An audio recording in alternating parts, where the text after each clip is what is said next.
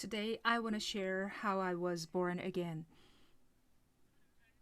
Until the age of 30, I've always had a fear of my death, and I've always wanted to live my life with happiness, but I didn't like the church. When I spotted a church building while passing by, I used to speak ill of it with my friends. But then I happened to work for a company with the person who became my husband now.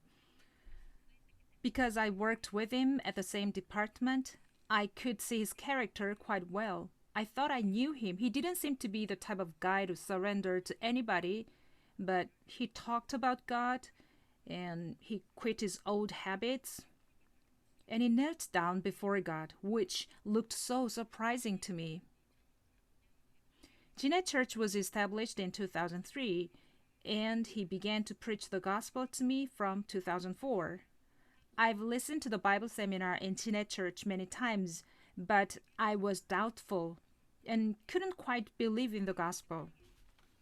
And then it happened that I was invited to the summer retreat in 2004. I thought it was like a trip, and I'm a very shy person back then, so I drove my car by myself to the retreat center, not to be with many people in a bus.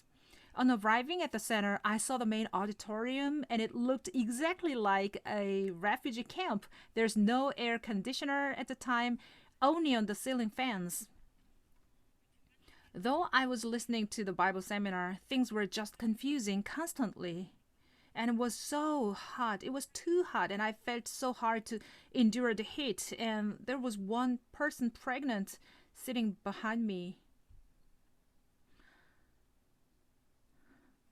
The heavily pregnant sister was trying to help me, and she kept fanning for me. Also, at the time, the pastor's wife had twin children, and she left the twins to someone else and kept following me to take care of me. Sometimes I took a counseling, and other times I sat on in someone else's counseling, but I couldn't get salvation. It was just confusing. I seemed to understand what they were teaching, and I felt like I could believe it. It seemed that I could almost believe, and yet there was one thing unsolved all the time. With the unsettled mind, I had lunch with the pastor's wife, and I asked her, "Why are you taking such a trouble for me?" At that very moment, the pastor's wife said, "The Lord considers one soul as more precious than the whole world." But I was very poor back then. I was a person of no importance. And are you saying that I am precious?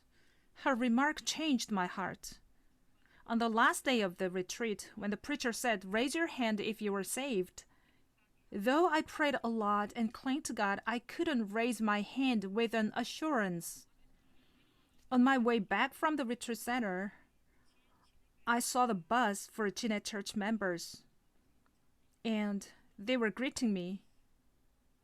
I thought, oh, they must be disappointed in me. It seemed that they were laboring and working so hard for me. They must have heard that I was not saved. It must have disappointed them. So I thought, tomorrow is Sunday. I think I will go to the church. If there was no loving care of the pastor's wife or the fanning hand of the pregnant sister, probably I would not have made such a decision. But that led me to the church on the next day, and I made up my mind to go to church every Sunday. However, there was something different. Why am I different from these people? We are sitting together listening to the same sermon, and why do I feel some distance that I'm different from them? And that caused me to hesitate to join the fellowship, but to come back home right after the sermon. There were many conflicts in my heart. One day, knowing that I'm struggling with it, they prepared a Bible seminar for me and for one more person. I said to myself, anyway, I'll attend this church, so let's listen to the Word of God wholeheartedly. Let's listen with an open heart. And then I listened to the first session. To my surprise, what was entangled before began to be untied. It was just a simple verse that cleared up my mind. It's written in Psalms, God formed in my inward parts in my mother's womb. It's not any human being, not my parents, but God. Oh, I get it now. I could finally admit that God is living. Oh, that's right. There's nothing I can do, and God is truly living. Once I admit the living God, the rest of the things that I doubted before were solved without a question. And since then, I could finally lead my true Christian life. That was how I was born again in August 2004.